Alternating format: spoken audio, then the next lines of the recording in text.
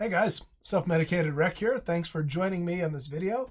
Today is Tuesday, and that means it is Tall Tales and Tying Tuesday, where I take two things that I love to do, telling stories and tying flies, and combine them together in one video.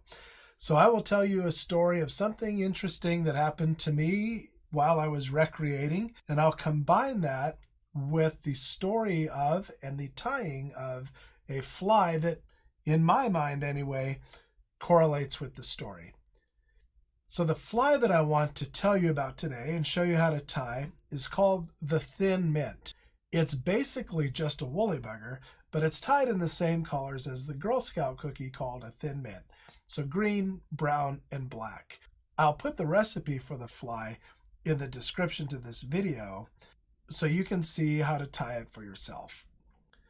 Even though this thing is basically just a woolly bugger, it's a fantastic fly. I've caught a lot of fish on this thing. It's usually the one that I go to first when I approach some water that I've never fished before. I'll put this thing on, give it a few casts, and I usually know right away if something's going to happen on it or not. And typically a good bump will happen by swinging it downstream and then giving it a couple of little taps. So here's a story about one of the times that this fly was very, very productive for me.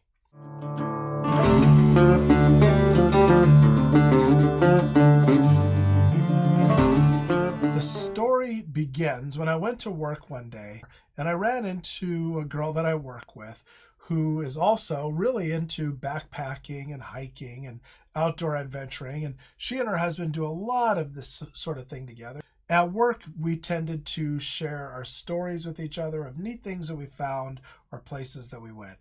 So we ran into each other at work one day, and she said, "Oh, Jeff and I, my husband and I, went on this really, really great backpacking trip up into the Sawtooth Mountains here in Idaho.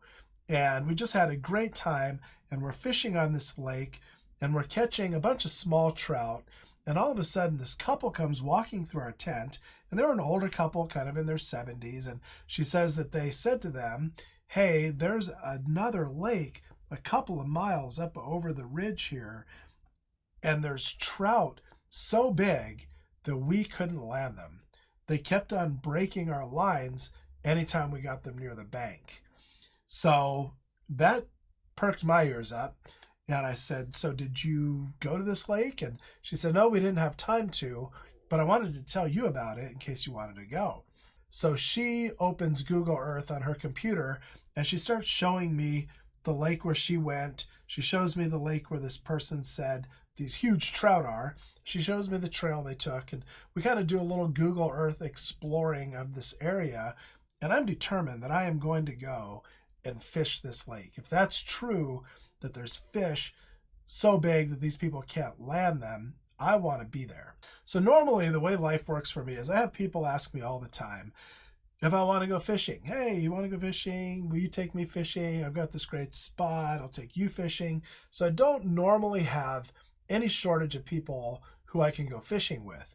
But when it came time to going to this lake, I couldn't get anybody to go. All of my usual friends that I fish with were busy.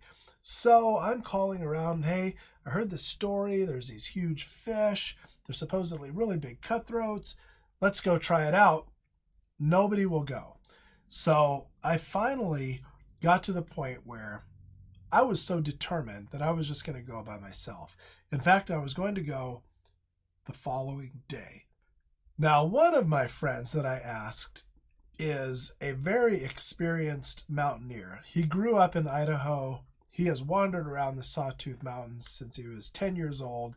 He knows every little fold and nook and cranny and tree and crevice and boulder field of the Sawtooth Mountains.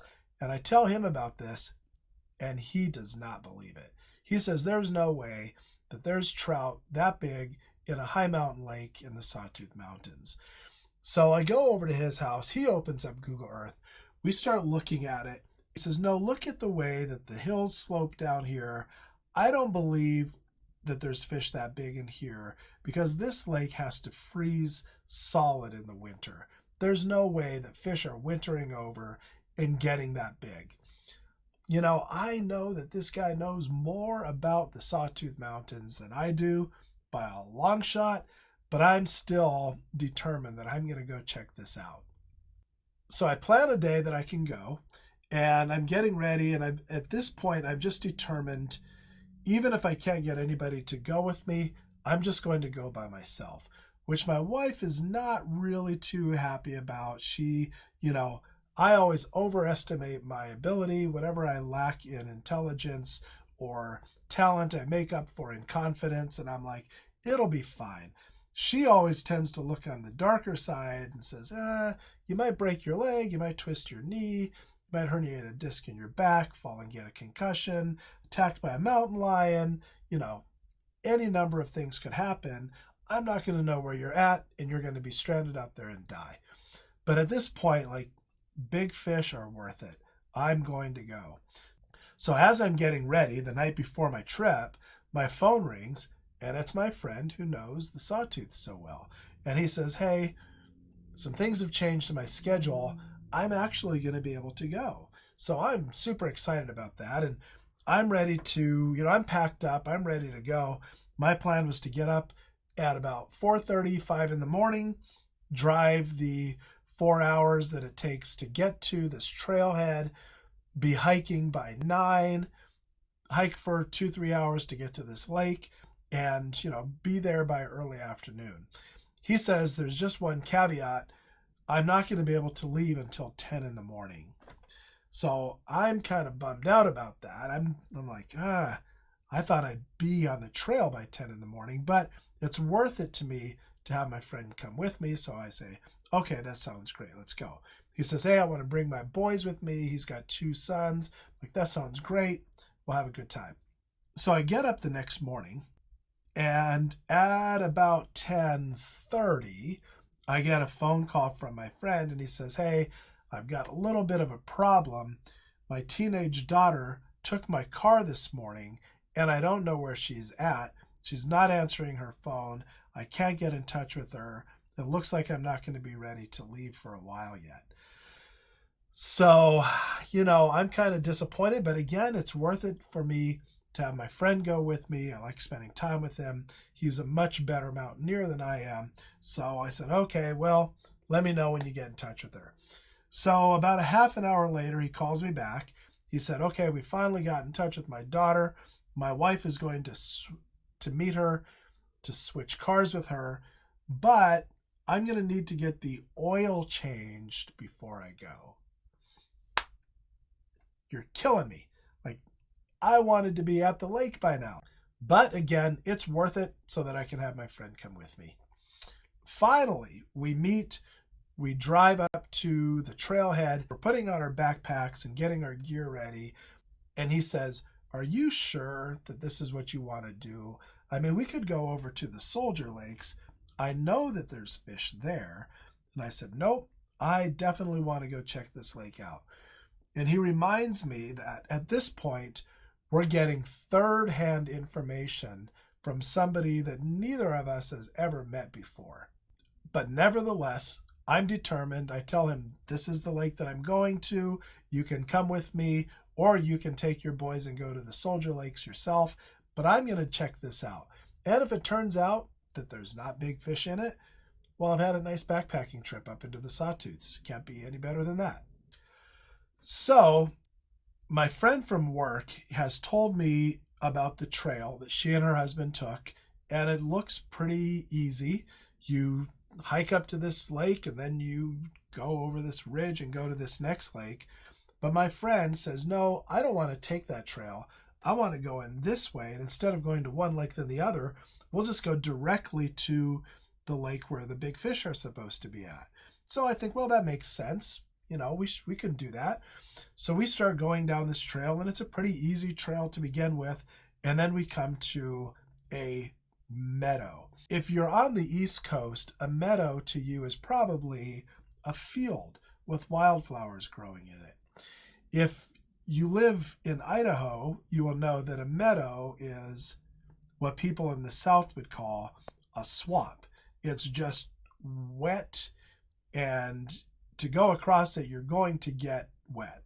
So the trail that we're on kind of terminates at this meadow, but you can kind of see across this meadow, which is probably a mile, where the trail kind of picks up.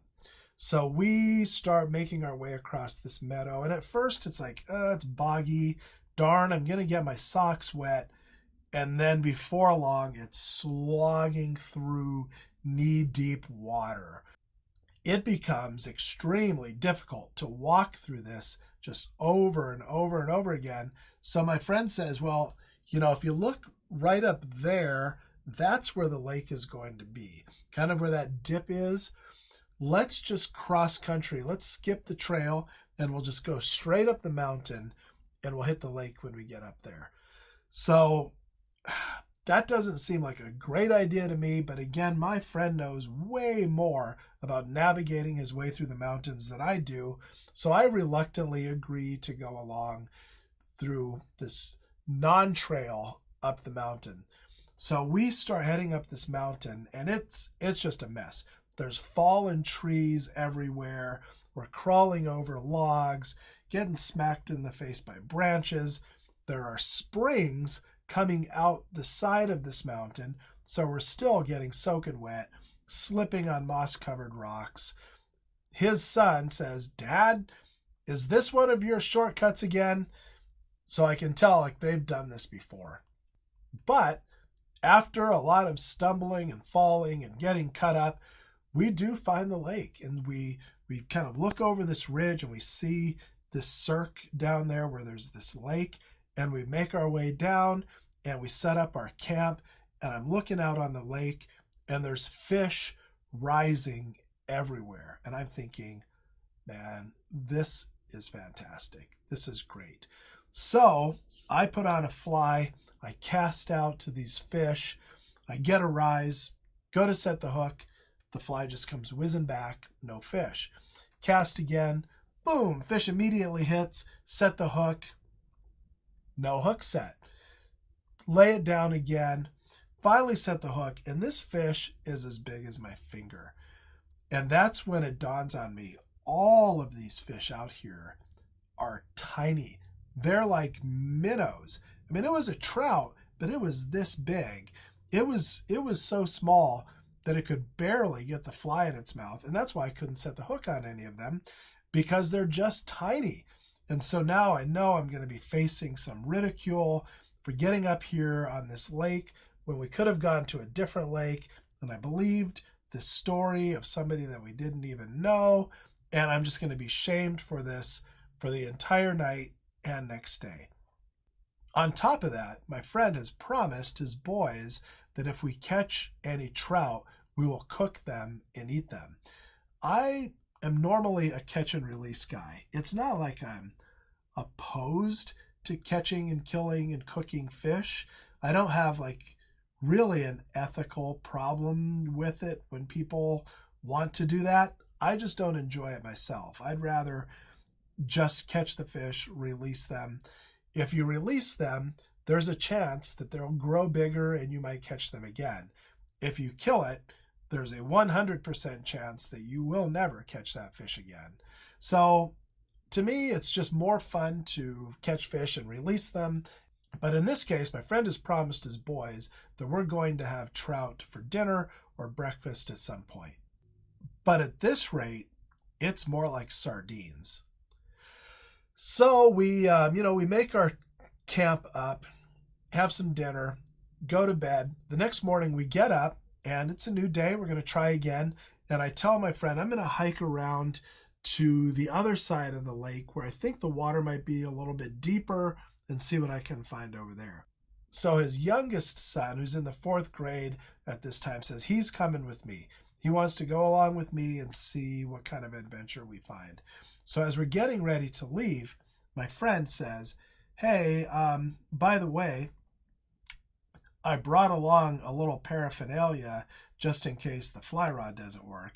And he pulls out a spinning rod. And I just said, oh, ye of little faith. Put that away. We're not going to need it. So his son says to me, do you not spin fish? And I said, I used to, but then I became a Christian and I gave that up and now I only fly fish. So he looks at me kind of confused, like, huh? And we go off together. And then my friend hollers out to me and says, hey, Carl, wait a minute. If you catch a fish, do you have a stringer to put it on?